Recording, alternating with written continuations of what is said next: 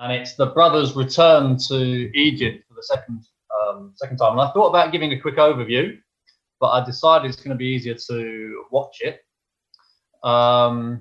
Little warning: the clip I'm going to show covers next chapter as well, so there might be a little spoiler alert, but I don't think it's going to ruin anyone's story. They pretty much know the story of Joseph. I really hope this works.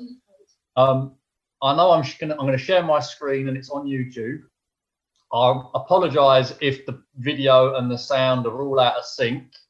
It's only 3 minutes long, I think, so just try and stay with it if you can, and then my family will probably leave to make my life a little easier. So yeah, let's see how we get on with this.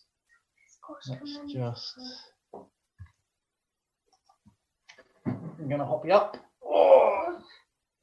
Let's see what happens. Hopefully, I'll share this. Whoops. Sorry. Get this right.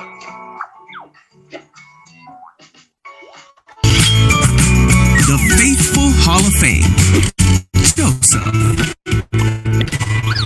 I hope you can all see that.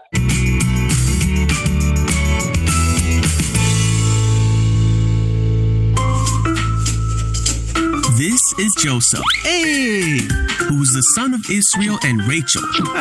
But he had 11 brothers who hated him and sold him into slavery. After being put in jail, Joseph told of the future of Egypt when he interpreted Pharaoh's dreams, and Joseph found favor with the Pharaoh. The Pharaoh made Joseph a leader in his kingdom. Just as Joseph had told the Pharaoh, Egypt had 7 years of abundance. Then the 7 years of abundance came to an end, and the 7 years of famine began.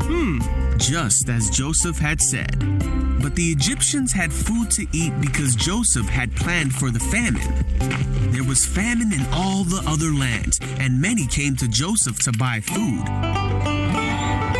There was even a famine in the land that Joseph came from. So when Israel heard that there was grain in Egypt, he sent his sons to buy some.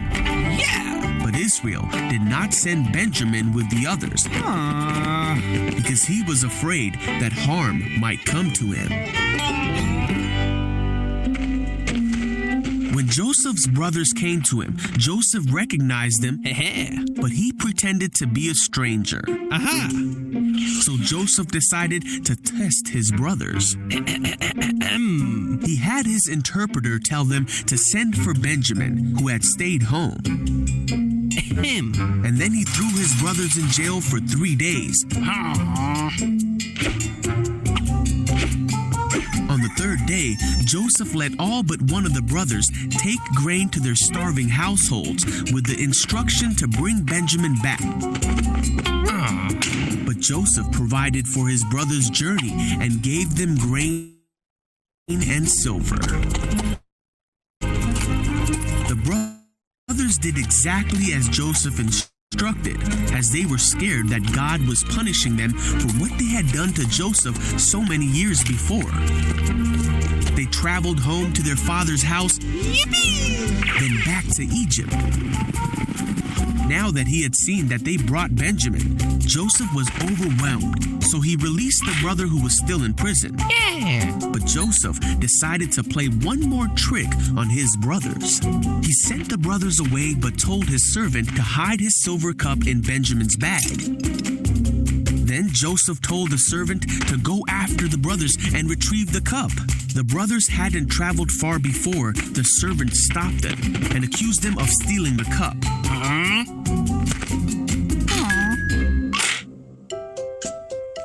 Joseph could no longer control himself before his attendants. He made them leave so he could be alone with his brothers, and he told his brothers who he really was. Ta-da! He told them of his life and all he had experienced, and he forgave them for what they had done. God was with Joseph and took care of him and showed him favor.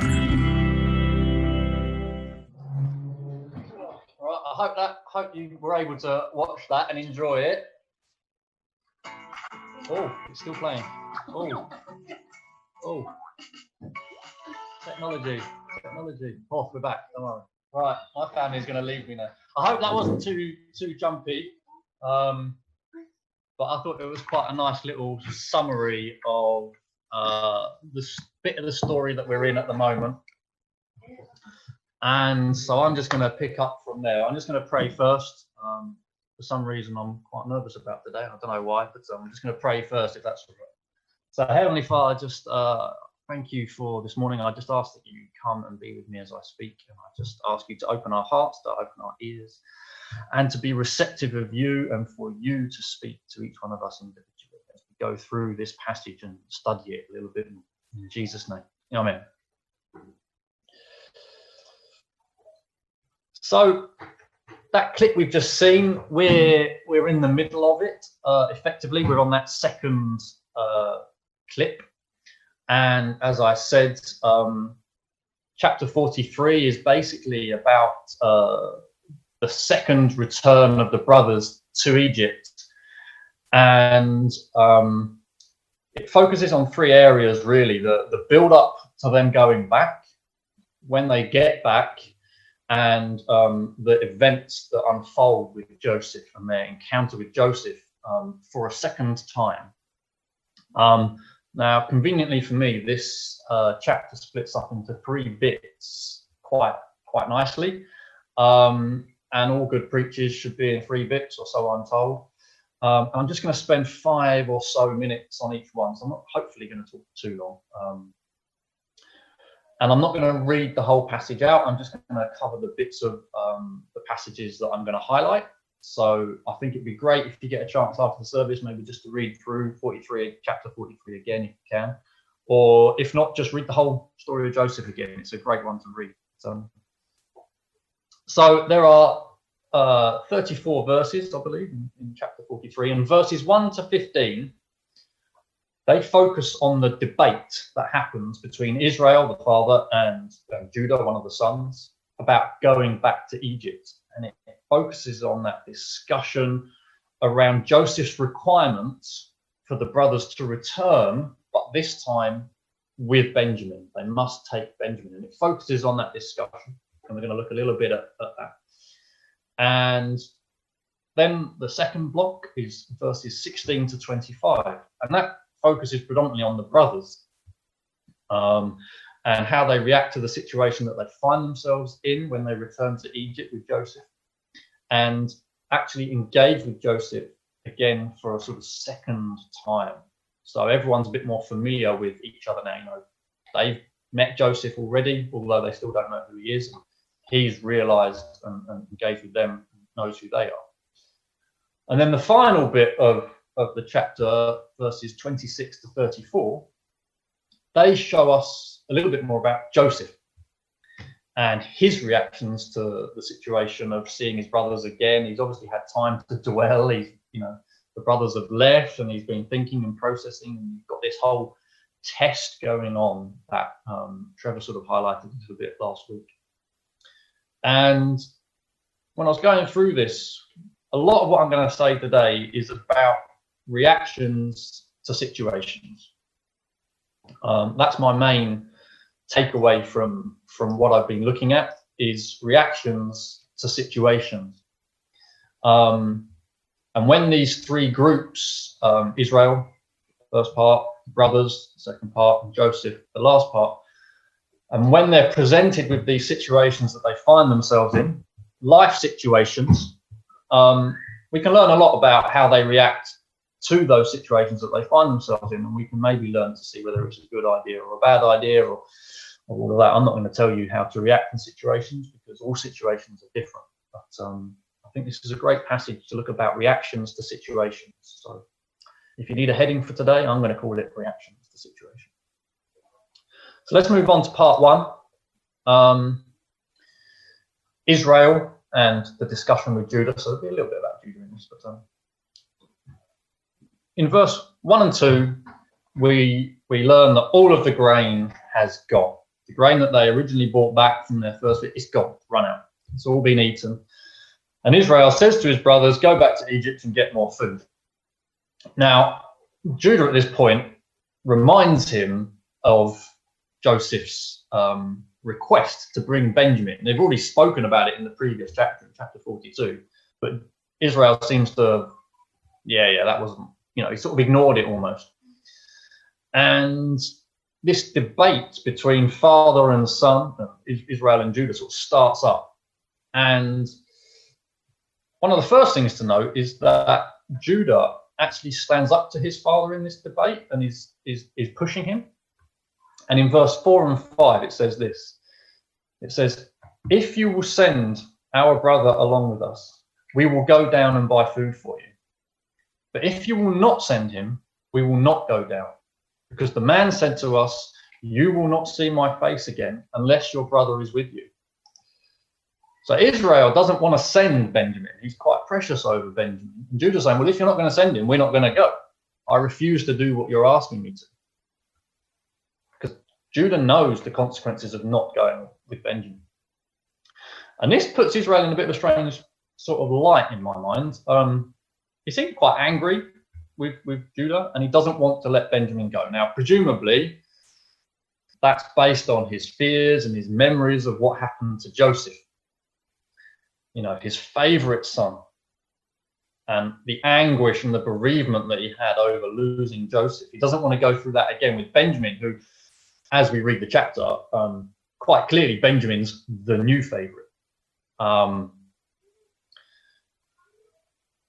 he almost blames Judah, or the brothers effectively, for bringing this trouble, this new trouble and anguish upon him. In verse 6 of chapter 43, it says this. It says, Israel asked, why did you bring this trouble on me by telling the man you had another brother? He might as well have said, you should have lied. If you'd lied to the man and said you didn't have a brother, life would be much easier for me. That would have suited me much better. Which I don't think is a very good reaction, really. He's very self-focused. He's like, why are you bringing this trouble on me? Why are you doing this to me? What have I done to deserve this, effectively? And again, we see Judah's simple response is that he answered the man's question honestly. He had no idea that it would lead to Joseph's request. It's interesting. I had a little speculation about what if, in hindsight, now Judah knew what would happen. Would Judah have lied if he had known about the request? If he could do that situation again, would he have lied, or would he actually have been honest still? And the conversation goes on, and Judah offers up his own oath and says, look, I will protect Benjamin and I will look after him. And this is quite a change because Benjamin's clearly now the favourite. And we know how the brothers felt about the previous favourite, Joseph. Didn't go down so well. But I get the feeling here that the Judah, especially, or the brothers, they've almost mellowed a bit. They've obviously seen the consequences of their previous actions, and they don't seem to be as angry towards Benjamin or as jealous towards Benjamin. Maybe they are. Maybe it doesn't show it, but they don't seem to want Benjamin out of the picture in the same way. And actually, he says, there's no sign of hatred, and the brothers have grown wiser and certainly more tolerant of Benjamin, if anything else. Maybe it was just because Benjamin was more likable. I don't know. Joseph, with his dreams and rubbing it in their faces and clearly being the favourite. We looked at that previously. But nonetheless, he guarantees Benjamin's safety and actually hurries his father. He's saying, he puts the point and hurries his father up. Points out in verse 9 and 10, he says, if we'd gone already, we could have gone in twice if you'd just let us go. But with all your dilly-dallying and all your delaying, we've been slowed right up. Verse 9 and 10, I myself will guarantee his safety. You can hold me personally responsible for him. If I do not bring him back to you and set him here before you, I will bear the blame before you all my life. As it is, If we had not delayed, we could have gone and returned twice. So Judah's taking on the responsibility of ownership. He's owning the situation that he's in. He knows to get food, he has to take Benjamin. So he takes the responsibility of carrying Benjamin for his father. And finally, after this debate between father and son, Israel agrees. And in verse 11 and 14, he gives a load of instructions to take gifts and extra money and all sorts of other things to try and sweeten the deal with Joseph. And off go the brothers. So in this first section, I think we see Israel react with anger and blame towards his sons for having to risk sending Benjamin because they were honest. He seems to be focusing on his own strife and his own situation. Why are you doing this to me? He doesn't seem to be concerned that the food's run out and that his family is going to starve if he doesn't send his brother. You know, never mind everyone else dying. It's Benjamin I don't want to lose. Quite clearly, again, showing his favoritism. But Judah in this situation, though, is the brother. I think he was the eldest brother, but Judah, the son. He's the one showing the leadership, taking on the responsibility. And every time he talks, he's saying, well, we were honest. We, this, us, we. It's very inclusive of his family. He's really looking out for his family. And he actually understands the importance of having that debate with the obstructive Israel, with his father who's saying, well, no. He knows the importance of doing that. And so he engages with his father and convinces him. And I think sometimes we can find ourselves in situations where we actually maybe are facing opposition to something that we've been asked to do. And we need to have that calm discussion with other people and to make sure that we get to the end goal. He also, I think at this point, is aware that Simeon is still back in Egypt. If he doesn't go back, then he's lost Simeon. Again, something that Judah doesn't seem, something that Israel doesn't seem that bothered about. He's sort of forgotten about the lost brother at this point in time. He does say in the passage, God willing, and with God's mercy, you will all return, and with Simeon as well. So I think that's just a very quick look at part one. This discussion and Israel's reaction to the situation he finds himself. No food, how does he react, and the situation as it unfolds. So part two, as I saw it, was the story moves on, and this is verse 16 to 25. We're going to sort of look into it a little bit now. The overriding sense you get when you read this little excuse me. The overriding sense you get when you read this little sub-passage of the chapter, when they go back to Egypt, is one of fear. They're just in this situation of fear. In verse 16, when Joseph sees that the brothers have returned, and he's seen that they've come back with Benjamin as well, he tells his servant or his steward to take them to his house to prepare a meal for them. Well, that all sounds delightful, if you ask me. Obviously, the brothers didn't know this at this time, as we found out.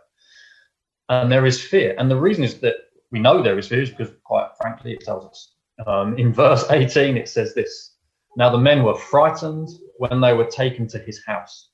They thought, we were brought here because of the silver that was put back into our sacks the first time. He wants to attack us and overpower us and seize us as slaves and take our donkeys. Now, at this point, the brothers didn't know why they were being taken to Joseph's house. But what happened is their fear had led them to just make up this situation that they were going to face. They didn't have a clue, but they were adamant, 100% sure. Can't be anything else other than to attack us, overpower us, make us our slaves, and steal our donkeys. It's the only possible explanation of this. And they were adamant that it was going to be bad. But actually, that's something we do, isn't it? When we don't know necessarily the outcome of what our situations are going to be, we start making it up in our heads, don't we? Because, well, it's probably going to be this, and it's probably going to be bad. I know Lou is terrible at this. She's really bad at it. It's always going to be the worst outcome. Whatever, doesn't matter what the situation is, it's going to be the worst outcome. There was a I haven't written this down, sorry. There was a story not so long ago where Lou's parents were away on holiday, and they were in the caravan in France, I think. And Lou speaks to her parents every day, but there had been no contact for this one whole day. And Lou was adamant that there was something wrong. Her parents must be in some sort of trouble. And this, over 5 minutes or so, escalated. And she was on her phone to her sister. And she was like, well, have you heard from Mum and Dad today? She's like, no, I haven't. Have you not heard from them? Like, no, but surely they must have. Maybe her brothers heard from them. No, nobody had heard from them at all. Anyway, the situation turned out that, well, it must be a disaster. I mean, the only possible explanation was that her parents had been in some horrific accident and were dead. That was it. That was all it could possibly be. So Clary and her sister and Lou, they end up searching the internet for the phone number of this French campsite. They thought, well, that's all we must phone the campsite. Bearing in mind they hadn't spoken to their mum and dad for probably 20 hours, one day. But they couldn't find the phone number for the campsite. And in the end, Lou's sister just rang and rang and rang and rang Hazel's mobile. She just rang it. And this was probably about 9:30, 10 o'clock at night. And eventually, Hazel answers the phone with a bleary voice, like, hello? And all that happened is that they'd run out of mobile data, so they couldn't FaceTime anyone. And they were tired, so they'd gone to bed early. That was the outcome of this situation. But there was this period of panic that the situation couldn't be that straightforward or that simple. And I think that's sort of what we see here with the brothers, isn't it? We just see this, the mind drifts off and wanders. And you start to worry about the fear of the unknown, instead of relying on God's provision and protection and rational thought. Their fear also led to something else. It basically led them to confess to the steward.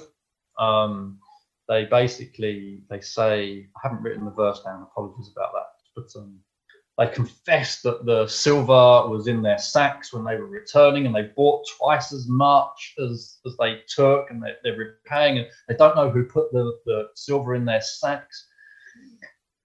And gifts that Israel had told them to bring, we've got all this stuff to sort of make up for it. And they're trying to effectively buy their way out of the situation. They're so fearful they'll do anything. They're like, please don't hurt us or do whatever it is. And it's funny, isn't it? Because fear tends to cause us to do funny things. And it causes us, more often than not, to reveal our true priorities. And it shows us that as humans, underneath it all, we would give everything up. All possessions and gifts and whatever it is, most of the time when we're in fear or in that situation where we fear for our lives, we would give everything up just to know that we are kept safe, or that our friends and that our family are safe. And it makes us honest. You know, we go back to the brothers saying they had a second brother called Benjamin. They were honest because they were fearful. How often do we see that in films and in human nature? It's just tell me the truth or you will die. You know, that sort of holding someone hostage. It's funny, isn't it, how when we're in those situations, fear can make us do some funny things. So we see that reaction of fear to this current situation of the brothers. That is their reaction to their unknown situation. So how am I doing? So part 3. We get into Joseph. The brothers are now at the house and Joseph has arrived. And we go from the fears of the brothers to the tears of Joseph. And Some of you will know if I say tears and fears in the same sentence. Some of you will want me to play some songs by Tears and Fears, and I was very close to playing Everyone Wants to Rule the World by Tears and Fears, but I thought it might distract from the subject, so I'm not going to do that. I thought the video clip at the beginning was enough. But if you get a chance after this, listen to some Tears and Fears. It's some great music. So this is the second time that Joseph has seen his brothers, but I think it's important to remember it's the first time that he's seen Benjamin. The important thing here is that Benjamin was his own mother's son. So Benjamin and Joseph shared the same mother and father. So Joseph has this sort of special bond and relationship with Benjamin that he doesn't necessarily have with the others. I think that's probably why he was so keen for Benjamin to return. And the brothers present him with all of these gifts, and they do all of that. And Joseph's reaction doesn't tell us anything about how he reacted to these gifts. If anything, he completely ignores them, pretty much. He doesn't care about the gifts and all the rest of that stuff that they bought, the extra silver or all the rest of it. His first thought is to ask about his father and whether he's still alive. And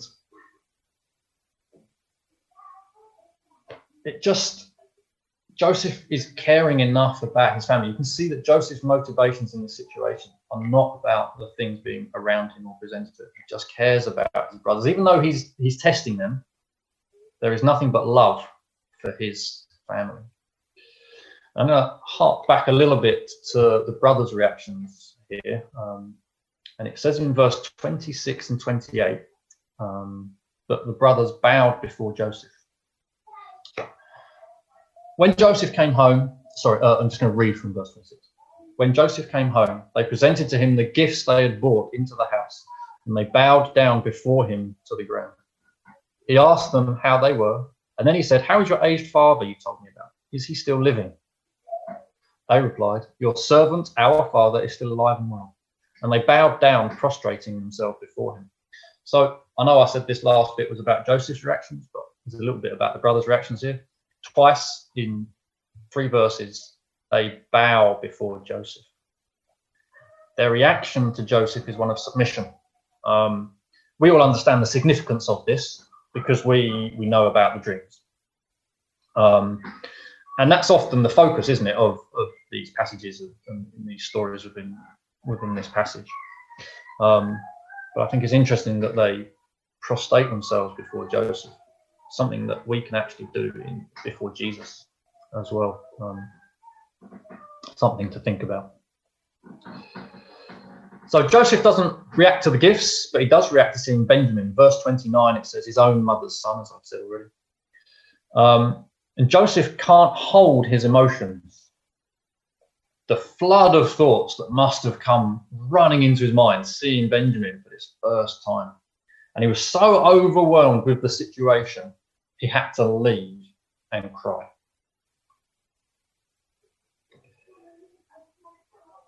I think that just shows that Joseph has this overwhelming love for his brothers and for his family. But I think it's important here, or I thought it is what spoke to me, was his reaction to those emotions.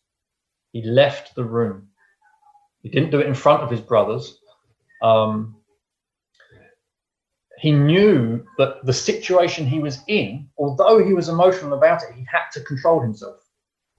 He had to control his feelings and show self-control in that situation. It wasn't right for him at that moment in time, in that situation, to show his emotions in front of his stewards and the people around him and his brothers. He obviously had some more things to talk about with his brothers, and we know that the test continues with the placing of the goblet in Benjamin's sack, and finally the brothers and the father and the whole family is reunited. But I think Joseph knew that he had to keep going at this moment in time, and that he had to show self-control to ensure that the brothers had changed their ways. And in verse 31, this is what it says. It says, after he had washed his face He came out and, controlling himself, said, "Serve the food for this meal." He demonstrated self-control and he maintained his composure when required. Sometimes I find that if I'm in a particular situation, particularly at work, if you get riled up or something like that, you get angry, you get frustrated, and you get this rush of emotions, and what you end up doing is you end up saying something that you're going to regret because you're led by your emotions. I'm not saying emotions are a bad thing, but I'm saying that self-control and discipline of them is potentially a good thing in certain situations. And conveniently for me, the wonderful Sue Redford with her devotional this week, she was talking about taming our minds and taming the wild stallion in our minds. Actually, that in itself is an element of self-control. I need to stop my mind from wandering. I need to focus on the task at hand. I think that's what Joseph was doing. He was taming his mind. And sometimes we have to do things that are maybe contrary to our emotions. I'm sure, I have no doubt, Joseph just wanted to hug his brothers and hug Benjamin and to see his father. But he had to do something else first, and we see that as we go through. So we've sort of reached the end of the chapter, those three blobs, the Israel blob, the brothers blob, and the Joseph blob. I know there's not a great deal in there in terms of what we can learn to be, but I'll get to that in a minute. I just want to sort of summarize up at the end and just say a few things that I think we can take away from it. And the last bit is the very last verse of this chapter, I think really struck a chord with me. They're eating now. All the food's been brought out. They've been sat in, I think it was age order, which was unusual. Why would Joseph know to do that? Who knows? But also it tells us that Benjamin gets 5 times the amount that anyone else gets. So Benjamin quite clearly is the favourite here of Joseph. And I think Joseph, much like his father is still showing his favouritism for his brother. You know, we all have traits of our fathers that we both like and that we dislike. I often get it when I'm coming down the stairs. If I'm walking down the stairs and I cough, it's instantly my father. I don't know why, but it is. And we all have these traits of our fathers, don't we? But they're not necessarily a bad thing. But it ends with this, the very last line within this chapter. So they feasted and drank freely with him. The brothers' fears had not come to pass. They actually ended up having a slap-up meal in the midst of a great famine. You know, they'd played out this situation and they feasted and drank freely with him. And I'm going to come back to that just at the end. So hopefully you can see in this, again, I've just tackled it from perhaps a particular angle, the reactions in the situations. Hopefully you've found that interesting, looking at people's reactions in the passage. We've seen in here, we've seen anger, we've seen blame, we've seen fear, we've seen honesty, we've seen raw emotions, we've seen love, we've seen self-control. Those are just the ones I've mentioned. There's a lot of reactions to situations. And isn't it true that we all go through reactions in situations? And I really felt like it was pertinent that right now we are in the middle of a situation, a very big situation that we're all in. And we're all going through that situation slightly differently. We've all got different aspects of it, you know, different ages, family matters, work-related problems due to coronavirus. But it's important that we understand the reactions that we're going through in that situation. Are we, perhaps you're experiencing fear right now. I don't know if any of you are. Perhaps you're in that situation, and like the brothers, you're experiencing fear of the unknown. Perhaps you're planning that outcome in your head. Perhaps you think, well, this is the only way it can go. It has to be this. It couldn't possibly be anything else, like the brothers did. Perhaps you're emotionally involved in a situation. You're just something you're so passionate about. Your emotions are just bubbling up. You want to say something, you want to cry, you want to shout, you want to scream, whatever it may be. But maybe those emotions, and I'm not saying they are, but maybe those emotions are perhaps clouding your judgment in the situation. And perhaps, maybe when we feel that, we need to tame our minds and emphasize some self-control. Much like Joseph did when in his situations with the brothers. Perhaps you find yourself in a situation and you're angry. You're angry at why you are in this situation, and you are blaming someone else for that. Why am I having this struggle? This person keeps blocking my way. Israel was blocking Judah's way to go and get the grain. Perhaps you're in that situation where someone is blocking you from doing what you feel like you've been asked to do, and you're angry and you're blaming them and you're frustrated with them. Perhaps you find yourself in that situation when it's not their fault. Maybe it is, maybe it isn't. But whatever it is, we must trust God. I think that's the overriding feel here. And I know it's not necessarily demonstrated in this chapter, but we must trust in God. We must lean on him. We must give him our worries through prayer.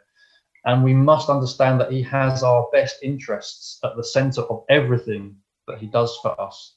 He will always be with us, and he will never desert us, whatever situation we find ourselves in. And for me, that is what the story of Joseph as a whole is about. Steve read from Romans 8 earlier. I'm going to read from Romans 8 as well. Thankfully, well, maybe not thankfully, but he didn't read the passage I'm going to read, so that's good. You get 2 verses from Romans 28. And it's well known, you won't unknow it. Romans 8, verse 28. And we know that in all things God works for the good of those who love him, who have been called according to his purpose. And surely that's what the story of Joseph is about. God working all things for the good of those who love him. Joseph went through so much, from being showered with gifts by his father, good times. Thrown into jail, not so good times. Thrown into a pit, definitely not so good times. Running Egypt, pretty good. It's this roller coaster of situations that he's gone through. God is with him every step of the way. And I'm going to go back to those very last few words of the chapter. That the brothers feasted and drank freely with him. And one day, as Christians, we will feast and drink freely in heaven with God. And we'll be free of these situations. But in those times, we must stay strong, use the church for support, use these people for support. And if you're struggling with situations, get hold of someone, and maybe someone else can just give a different perspective. But it's worth thinking about our situations and how we react to them. So thank you for listening. I hope that wasn't too long. I don't know how long I've spoken for, but I'm going to pass back to Steve now.